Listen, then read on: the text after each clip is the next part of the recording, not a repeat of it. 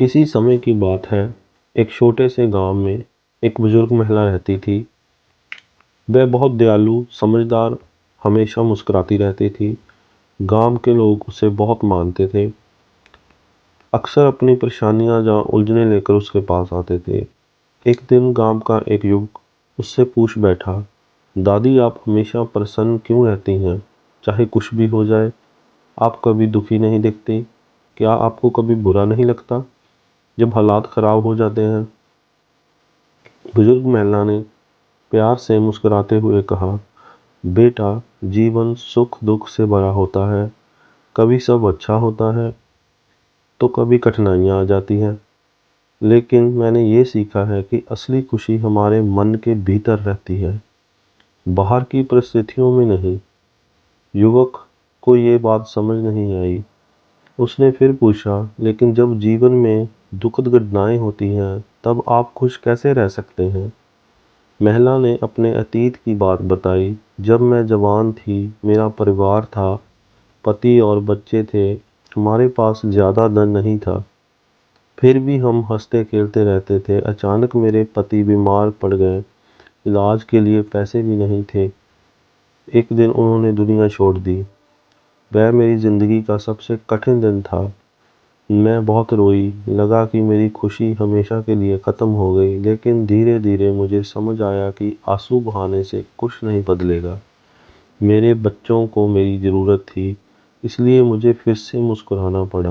मैंने सोचा कि दुख और सुख दोनों आते जाते रहते हैं, पर मैं तय कर सकती हूँ कि दुख को अपने ऊपर हावी न होने दूँ।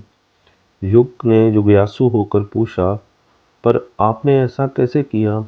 बूढ़ी महिला ने उत्तर दिया, हर सुबह मैं खुद से कहती हूँ, आज एक नया दिन है और मुझे कुछ ना कुछ अच्छा ज़रूर मिलेगा। कभी सूरज की रोशनी, कभी खिला हुआ फूल, तो कभी किसी की मीठी बातचीत। इन छोटी छोटी चीज़ों में मुझे खुशी मिल जाती है। जब हम ढूंढना चाहें तो आभार मानने लायक हमेशा कुछ ना कुछ होता ही है। युवक ने फिर सवाल किया, अगर बहुत बड़ा दुख आ जाए तो?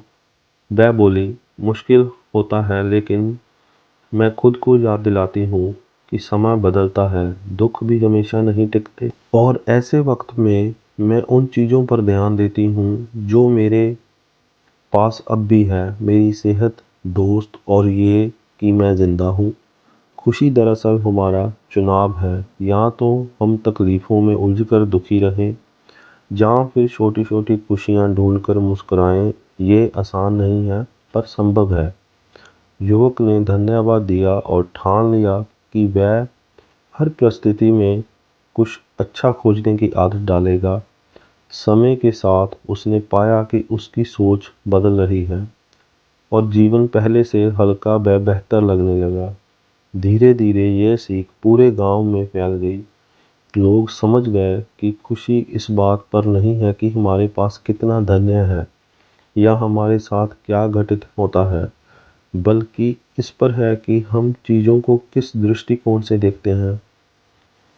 और इस तरह वह गांव अधिक आनंदमय हो गया, केवल उस बुद्धिमान बुजुर्ग औरत की वजह से, जिसने सबको सिखाया कि सच्ची खुशी भीतर से जन्म लेती है और मनुष्य का अपना चुनाव होती है।